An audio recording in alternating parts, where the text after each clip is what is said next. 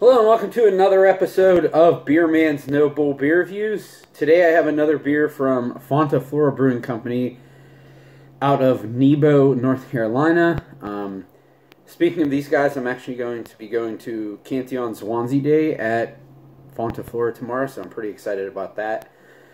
So that made me think I should do a review or two for some Fonta Flora beers. So anyways, this is a new kind of series that they're doing that I'm really excited about. So I actually tried the first one of these on tap, not knowing what it was going to be, and then so the first one was with Kiwi. That was supposedly a test run. This one is the first one that was actually bottled. You can see there's a black raspberry there, or just black raspberry.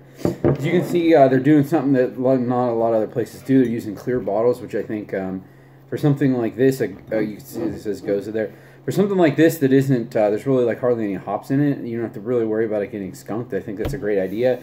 When you're adding fruit to it, it gives it. You can see it in the bottle. It looks really nice. But their description of this says mixed culture Gose beer fermented with local raspberries and aged on brewer-grown borage flowers. I don't know what that is. And sea salt. So this series is basically a mixed culture Gose, barrel fermented or barrel. I don't know. I think they say barrel fermented, so I don't think it was really aged. But this is kind of a hybrid of like a kettle sour and with something that's traditionally kettle soured and an actual like normal wild sour fermentation. So I think that's a really cool thing that they're doing something like that. That can maybe appeal to the people who just like the fruited kettle sours, but give it a little more depth and funk. And I'm all about that. But the thing that really drew me into this beer to buy it was the price. A 4-pack of this, I think, was $12 maybe. So it's like $3 a bottle. So $3 a bottle for like an actual mixed culture soured beer is pretty amazing. So even $3 for a kettle sour is actually not fairly cheap, but for an actual mixed culture beer is just insane. So that's what I was worried when I first saw this. I was like, I'm guessing they're gonna have to have a low price point to sell it in these bottles to get like a lot of the quote unquote common folk to buy it. But they really do have a legitimate price point on this.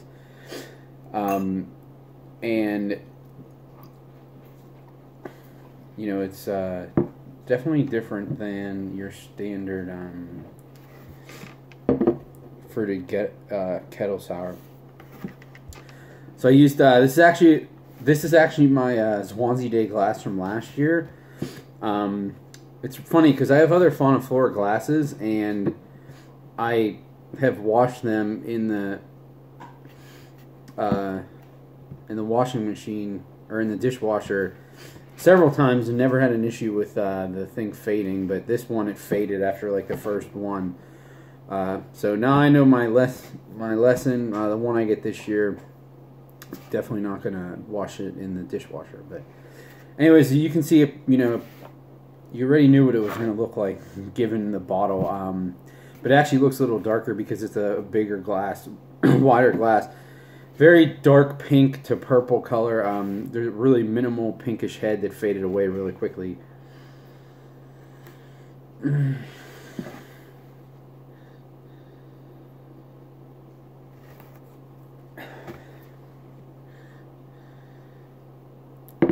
It has that really nice underlying Fonta Flora house funk, like that musty, woody character. I am getting a little bit of raspberry. It kind of reminds me of like a dulled down version of razzmatazz, if that makes any sense. Slightly less funk and slightly less raspberry, but still it still pops a good bit. It almost has like a Venice character to it too.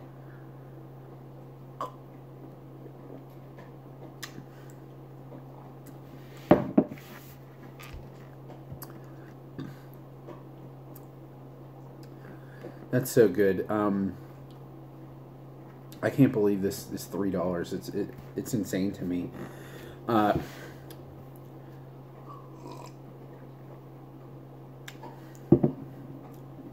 So you get that really nice house Fonta Flora funk up front. A little bit of like sweet tarty character, a little bit cheesy, some woody notes too, and but it's definitely significantly less tart than like Razzmatazz is, which is good because that beer I think it's a great beer, but it's so sour. And Razzmatazz kind of finishes with that funk all the way through the back end, but this actually has like a nice grainy finish that a traditional Gose would have. So it's really unique. I mean, I've honestly never had anything like this. This is really bending the styles between a Gose / American kettle sour and a mixed cultured wild beer. It really is the best of both worlds, to be honest.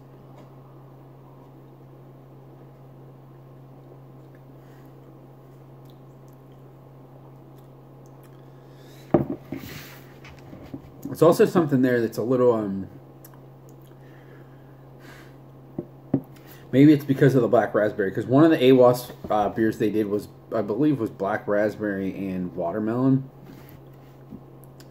And I'm guessing it's just relating to that. But I apologize for that. My dog's going crazy. I think it's just that raspberry that's pulling out that's making me think of that raspberry beer, and it's making me think this kind of still tastes like watermelon too. It's very odd. But yeah, this is honestly a really unique thing. I love that they're doing this. No one else that I know of is doing something like this, especially not at this price point. I mean, this is actually technically an 11-ounce bottle instead of 12 ounces. I don't know if they did that on purpose or it's just those are the only glass bottles, clear glass bottles they can get. I don't know.